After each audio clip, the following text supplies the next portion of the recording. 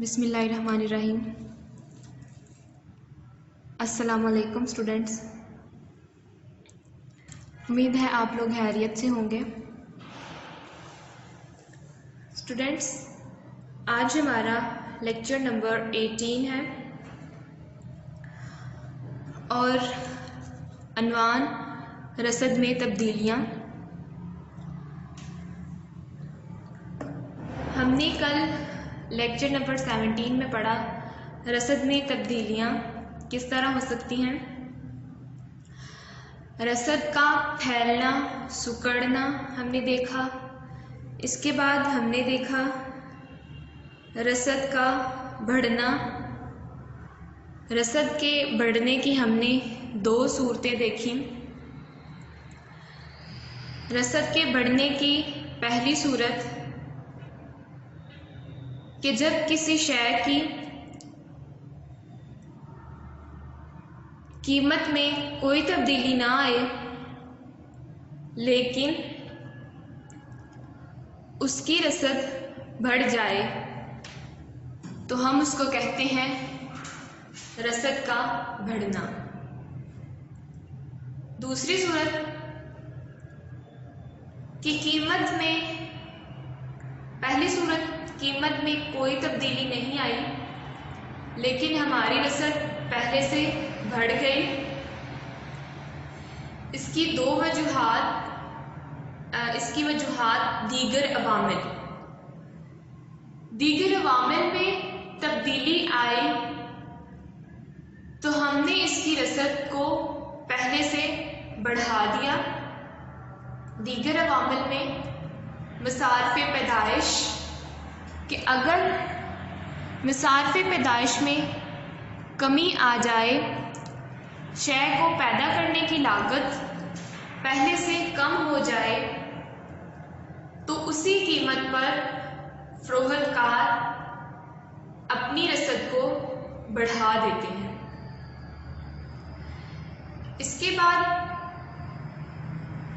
اگر طریقہ پیدائش میں تبدیلی آ جائے تو فروخت کار